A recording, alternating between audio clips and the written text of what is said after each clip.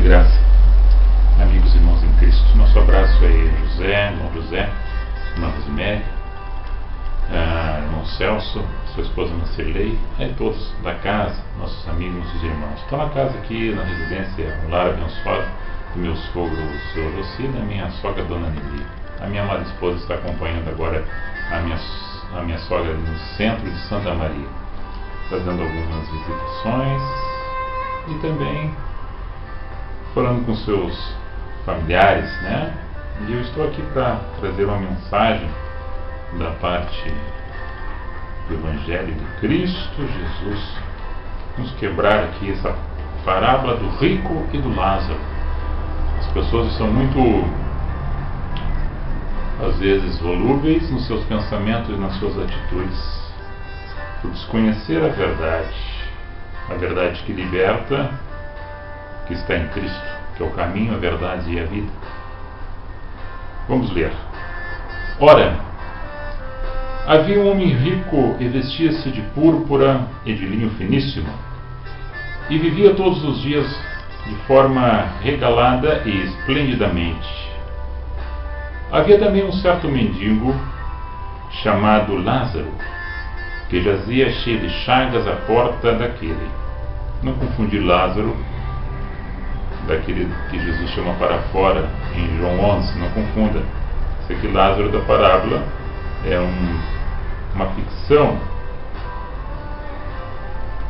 dentro de uma verdade, um personagem dentro de uma verdade.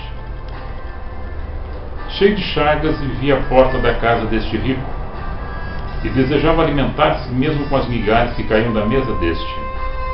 E os próprios cães vinham lamber-lhes as feridas, as chagas. E aconteceu que o mendigo morreu e foi levado pelos anjos para o seio de Abraão. E morreu também o rico e foi sepultado. E o Hades, inferno, lago de fogo, ergueu os olhos lá, onde ele estava, o rico, estando em tormentos, e viu ao longe Abraão e Lázaro no seu seio, ou seja, nos seus braços.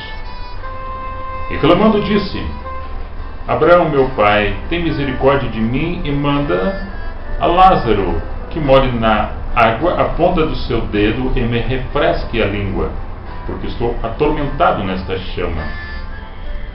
Disse, porém, Abraão: Filho, lembra-te de que recebeste os teus bens em tua vida, e Lázaro somente males, e agora este é consolado e tu atormentado. E além disso está posto um grande abismo entre nós e vós, de sorte que que queiram passar para lá, daqui para lá, e vós que está aí não poderiam nem vir para cá. E disse ele, novamente o rico: Rogo-te, pois, ó Pai, que o mandes à casa de meu pai, pois tenho 5 irmãos, para que lhes dê testemunho, a fim de que não venham também para este lugar de tormento. Disse-lhe, pois, Abraão: Eles têm a Moisés e os profetas, ouçam eles. E disse ele: Não, Abraão, meu pai, mas se algum dos mortos fosse ter com eles, arrepender-se-iam.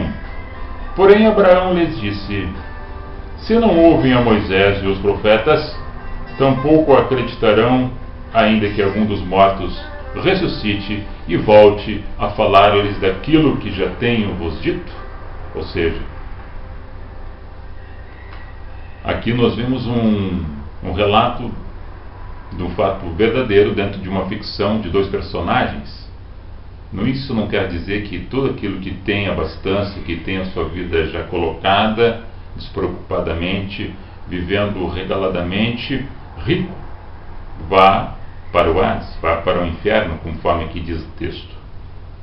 E nem aquele que vive na mendicância, sofrendo os males da intempérie do dia a dia, sofrendo as consequências do caos social, vá para o céu. Não.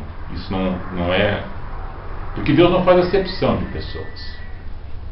Esse contexto em cima desse texto, a qual nós estamos fazendo referência, é que uma pessoa que tinha condições de estender a mão não o fez. E aquele que precisava de receber, saciado ficava somente com as migalhas que caíam da mesa do rico. E ele precisava de ajuda, estava cheio de chagas e feridas. Quem acolhia ele, quem ajudava ele, eram os cachorros, os cães, que lambiam as feridas. E fez pouco caso da vida deste mendigo, que chamava-se Lázaro aqui na parábola, o rico, que não ajudou, não o confortou e não acreditou que após uma vida neste plano terreno, existe uma vida eterna após esta, e essa vida eterna, nós que cremos em Cristo e na ressurreição em Cristo, cremos que na vida eterna é com o Senhor, ou no abismo, no Hades, no lago de fogo eterno. Aí nós temos as opções: ou cremos ou não cremos. Quando Jesus se encontra ali com Nicodemos, Evangelho de João capítulo 3, diz para ele que ele era necessário nascer de novo para assim viver em Cristo. E ele não entendeu. A velha criatura que ele tinha naquele momento, até aquele ponto existencial na vida de Nicodemos, ele tinha que matar, exterminar dentro dele e voltar-se para Cristo nascendo de novo. Esse era o entendimento. Da mesma forma, amados e queridos irmãos, Paulo fala, escrevendo aos Gálatas, no capítulo 2, verso 20 e 21. Se agora estou, ou se você está, e crê que Cristo morreu em morte de cruz, mas a morte não pôde detê-lo, porque o Senhor o ressuscitou, trouxe de volta. Se eu creio que Cristo foi crucificado, eu estou crucificado em Cristo. E já não vivo mais eu, mas agora Cristo vive em mim. Se eu não crer assim dessa forma, estou anulando a morte de cruz de Cristo. Entenda. E ainda posso fazer referência, ainda fiz umas anotações aqui, quando Saul vai ter um encontro com a tal de Pitonisa, uma vidente. 1 Samuel capítulo 28, do 1 ao 25. Ele é atormentado. O profeta Samuel havia já morrido, e ele não tinha mais quem o ouvisse as suas indagações e falasse para ele o que deveria fazer e tomar atitudes. Então ele vai até com esta, achando no vale de Endor, para consultar os mortos. E ela pergunta: quem é que tu quer que suscite para que venha falar contigo? Ele disfarçado, mas ela viu depois que ele era o rei, disfarçado ali. Quer que suscite Samuel, o profeta, que levantasse, que viesse. E levanta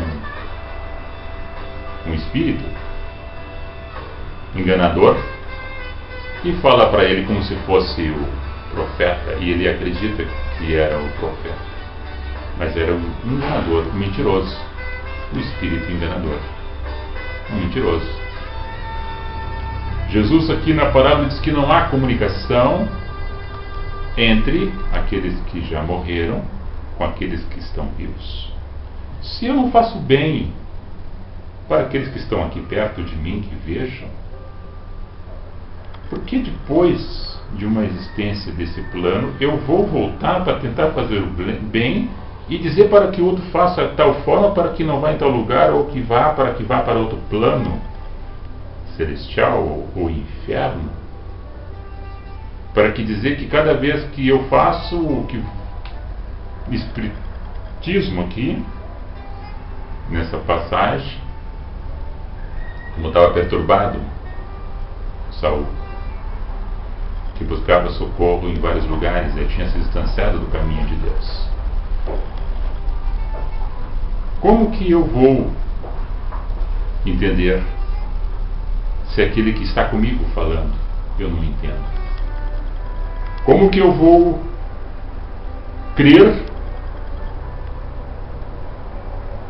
nos espíritos se eu não acredito nas pessoas a qual eu tenho relações, e que eu tenho que morrer quantas vezes para que segundo a interpretação do espiritismo, eu tenho que galgar planos para chegar numa situação depois de tantas vidas terrenas?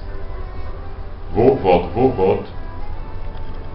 Eu ao mesmo tempo falo de Jesus e falo de Deus, então eu não creio na morte única de Cristo. Qualquer situação que eu faça diferente do não crer em Cristo, eu estou anulando a morte de Cristo. Ele morreu em vão, então. Se ele por mim, por você e por todos que creem nele, ele morreu para dar vida e vida com abundância a todos aqueles que creem nele. Em João 11:25, Marta vem estar com Cristo dizendo que crera na ressurreição dos mortos, que Jesus falara para ele que Lázaro não estava morto, que dormia, ia chamar para fora. E aí Jesus, mas ela disse que cria na ressurreição. Ele disse: olha, se tu creres, mesmo depois de morto, tu viverás em Cristo. E amados, só para que tenha mais uma compreensão desse texto, Paulo escreve aos Tessalonicenses, capítulo 4, verso 13, dizendo assim: não quero, porém, irmãos, que sejais ignorantes acerca daqueles que já dormem, ou que morrem, ou que morreram, para que não vos ficais tristes, como os demais que assim ficam, que não tendo esperança. Porque se cremos que Jesus morreu e ressuscitou, também aos que Jesus dormem, em Jesus dorme, Deus os tornará a trazer com ele. Dizemos vós, pois, pela palavra do Senhor, que nós, os que ficarmos vivos, para a vinda do Senhor, não vamos preceder aqueles que já foram antes de nós. Porque o mesmo Senhor descerá do céu com alarido, com voz de arcanjo e com trombeta de Deus, e os que morreram em Cristo ressuscitarão primeiro. Depois nós, os que ficarmos vivos, seremos arrebatados juntamente com ele nas nuvens, a encontrar o Senhor nos ares, e assim estaremos sempre com o Senhor. Não tem. Partiu, essa vida aqui é uma só, pois eternamente com o Senhor, ou eternamente no Hades, conforme Jesus relata nos seus evangelhos. Não tem outro evangelho. É o Evangelho segundo Jesus Cristo.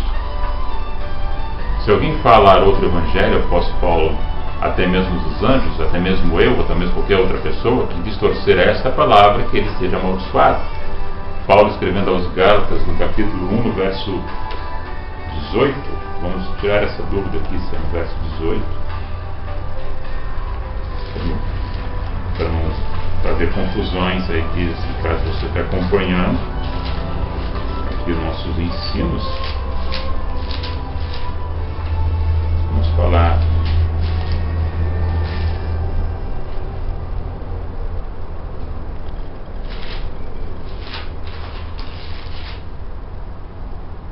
verso 8. Sabia que tinha 8, é o verso 8. Mas ainda que nós mesmos, ou um anjo do céu, vos anuncie outro evangelho além do que eu já vos tenho anunciado, que ele seja amaldiçoado. Não existe outro evangelho. Segundo ciclano, segundo fulano, segundo kardecista, segundo espiritismo, segundo... não existe. É evangelho segundo Jesus Cristo. Aí nós temos os evangelhos que escreveu Mateus, que escreveu Marcos, que escreveu Lucas, que escreveu João. Os três sinóticos interagem entre si dos mesmos assuntos, e o João, que escreveu mais adiante, lá no ano 95 da era cristã, entre ano 95 e o ano 100, ele fala mais da questão do amor, e diz assim nas suas finalizações de palavras: se ele fosse escrever tudo o que Jesus tivera feito, não haveria livro que suficientemente fosse em condições de escrever tudo aquilo das ações e das obras e do amor, da graça e do poder que Jesus tinha e tem, e terá sempre. Poder transformador do homem e da mulher, na sua maneira de agir e de pensar, de estar em crer em Cristo. Aí nós não estamos falando aqui sobre a fé de outros tipos de fé, somente estamos falando do Evangelho de Cristo, em que você crê nesse Evangelho.